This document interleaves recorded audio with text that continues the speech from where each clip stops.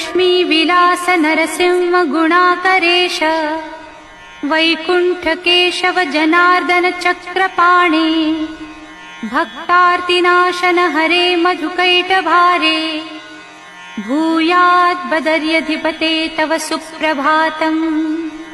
लक्ष्मीः प्रसन्नवदना जगदाद्यशक्तिः कृत्वाङ्गरागललितं सुमनोज्ञवेषा संस्तौति शब्दमधुरैर्मुरमर्दनं त्वा भूयात् बदर्यधिपते तव सुप्रभातम्।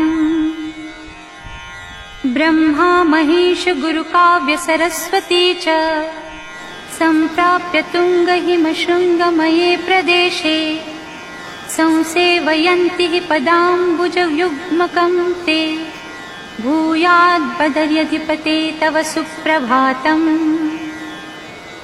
इन्द्रादयः सुरगणांश विमानदिव्यैः प्राप्ताः कराञ्जलिपुटा भवदन्तिकैः उद्घोषयन्ति सततं जगदेकनाथम् भूयात् बदर्यधिपते तव सुप्रभातम्।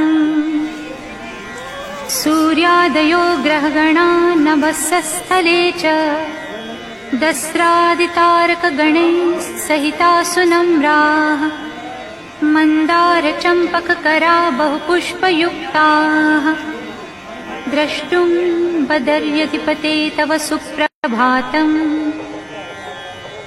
देवर्षि नारद सनन्दन योगिवर्याः सप्तर्षयो भृगुमरीचि वसिष्ठमुक्ताः द्वारे पठन्ति शुभवेद सुरम्यगाथा भूयात् बदर्यधिपते तव सुप्रभातम्।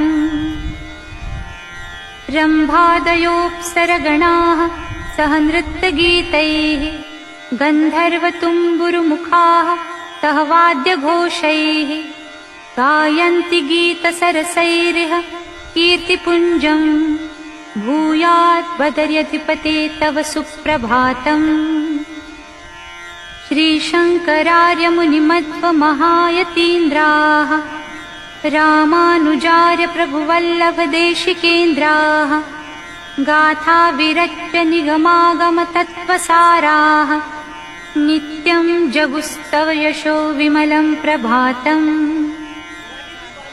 भास्वानुदेति विगता हिमशीतबाधा स्नात्वा च वह्निसलिले खलु यात्रिणो हि नीत्वोपचारनिचयाः प्रभुदर्शनार्थम् तिष्ठन्ति चत्वरमुखे तव सुप्रभातम्।